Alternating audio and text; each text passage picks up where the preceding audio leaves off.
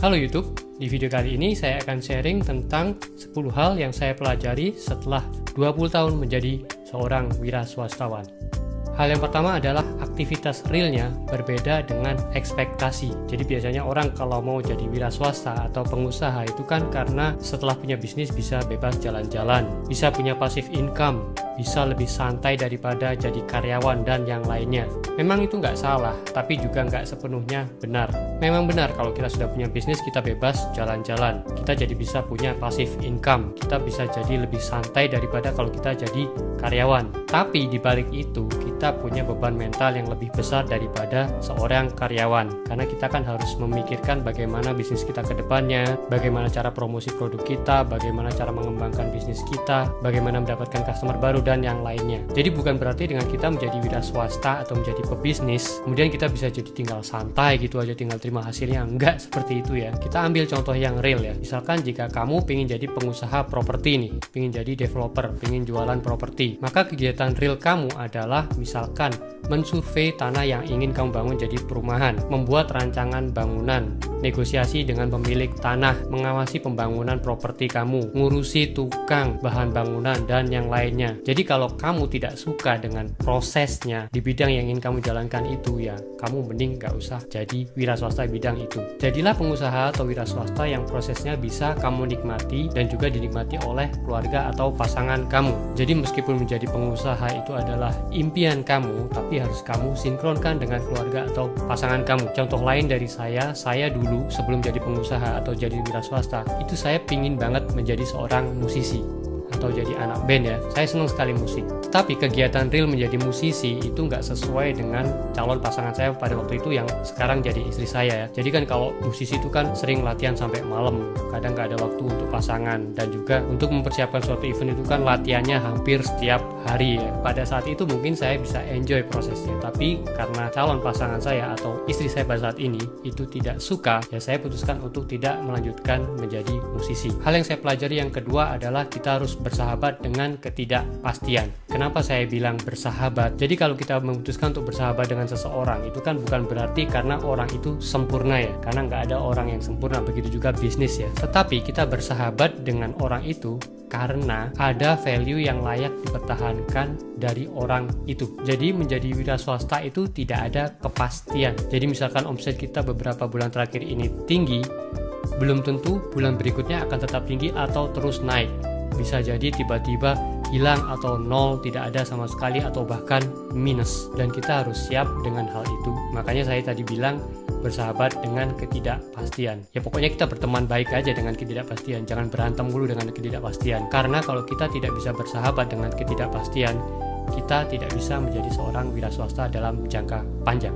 Hal yang ketiga adalah tidak harus punya modal besar. Justru kalau dari pengalaman saya, biasanya kalau bisnis yang di awal itu tanpa modal, itu biasanya cenderung profit. Selain itu, kenapa saya lebih memilih bisnis yang tidak perlu modal di awal? Karena jika bisnis itu kita mulai dengan modal, apalagi modal yang besar, ketika suatu saat kita jatuh atau bangkrut atau gagal, dan kita mau lanjut lagi atau mulai lagi di bisnis yang sama tersebut, maka kita biasanya membutuhkan modal yang sama ketika kita mulai di awal sebelumnya. Tapi jika bisnis kita tanpa modal atau modal yang minim di awal, ketika kita gagal atau bangkrut atau harus mulai lagi dari awal, maka sama seperti ketika memulainya, kita tidak memerlukan modal yang besar dan kita bisa langsung lanjut dan belajar lagi dari kegagalan atau kebangkrutan kita sebelumnya tadi. Tapi memang pengalaman saya itu biasanya kalau bisnis yang tanpa modal itu jasa ya, bukan barang. Makanya bisnis saya selama ini itu sebagian besar adalah jasa. Hal yang keempat yang saya pelajari adalah memulai dengan freelance. Sampai saat ini profesi saya sebagai freelance penerjemah bahasa Jepang masih tetap jalan. Selain untuk penghasilan tambahan, profesi saya sebagai freelance itu juga bisa untuk membuka jalan atau peluang untuk bisnis baru. Jadi biasanya kalau di saya ya, karena saya adalah freelance penerjemah bahasa Jepang, ketika saya menghandle klien baru, itu biasanya muncul peluang-peluang bisnis baru, misalkan ditawari oleh klien saya itu, yang pada saat itu saya sebagai penerjemah dia, tapi tiba-tiba diberikan peluang atau tawaran untuk menghandle bisnis dia selama di Indonesia sini, atau menjadi pimpinan atau direktur di perusahaan yang akan dia buka di Indonesia ini. Kemudian yang kelima juga, kita bisa merekrut karyawan dengan sistem freelance. Ketika di awal usaha atau bisnis kita itu omsetnya kan masih kecil atau minim ya, jadi masih belum kuat untuk membayar karyawan dengan gaji yang tetap.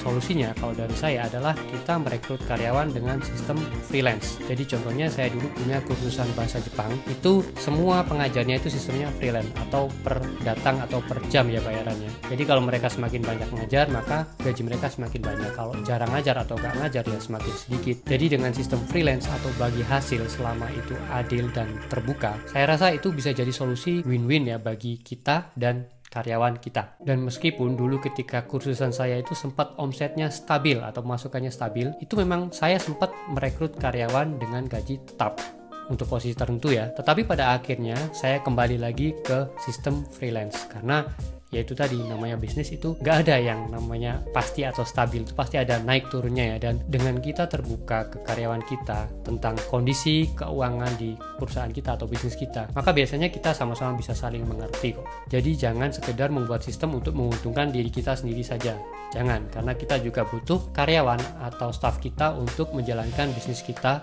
dalam jangka panjang. Yang nomor 6 adalah tahu kapan kita harus meninggalkan atau menutup bisnis kita. Jadi kursus bahasa Jepang saya itu yang sudah jalan selama 12 tahun, itu saya putuskan untuk saya tutup di tahun 2019 kemarin. Alasannya macam-macam ya, misalkan tidak terlalu profit, atau saya ingin lebih santai, dan juga saya ingin menarik diri sementara waktu dari dunia mengajar. Tetapi sebenarnya nama kursusan saya itu masih saya gunakan sampai saat ini.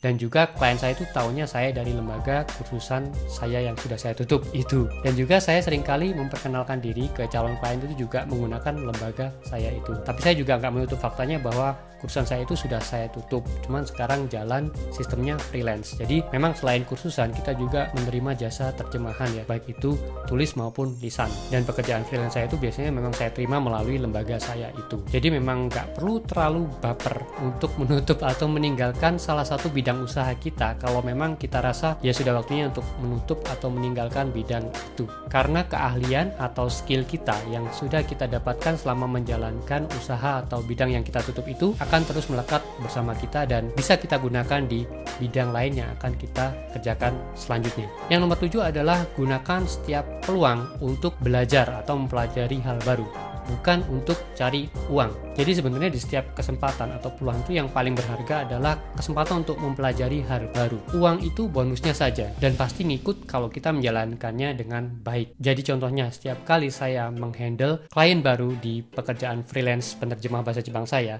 itu saya yang paling excited adalah hal baru apa yang bisa saya pelajari. Dan lucunya, di setiap saya melakukan pekerjaan sebagai penerjemah freelance, case yang paling saya sukai itu adalah ketika dimarahi oleh klien.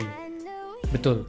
Jadi gini, kalau setiap kita melakukan kesalahan, itu kan pasti wajar ya kalau dimarahi oleh klien. Dan saya itu setiap kali dimarahi klien, saya itu justru membuka telinga saya lebar-lebar. Karena apa? Kalau di bidang bahasa Jepang ini ya, itu saya bisa mempelajari atau saya bisa ngerti kata-kata atau bahasa apa yang digunakan oleh orang Jepang ketika marah-marah ke orang lain. Dan hal itu nggak bisa saya pelajari di lembaga atau universitas manapun walaupun saya membayar dengan mahal. Jadi case-case seperti itu yang justru menurut saya itu sangat berharga sekali. Hal yang nomor 8 adalah terus mengasah feeling. Jadi setiap kali kita menjalankan bisnis selalu ada kejadian-kejadian yang sebenarnya itu adalah isyarat dari alam semesta itu untuk kita. Misal mau pergi ke meeting tapi tiba-tiba banget itu mager atau males ya.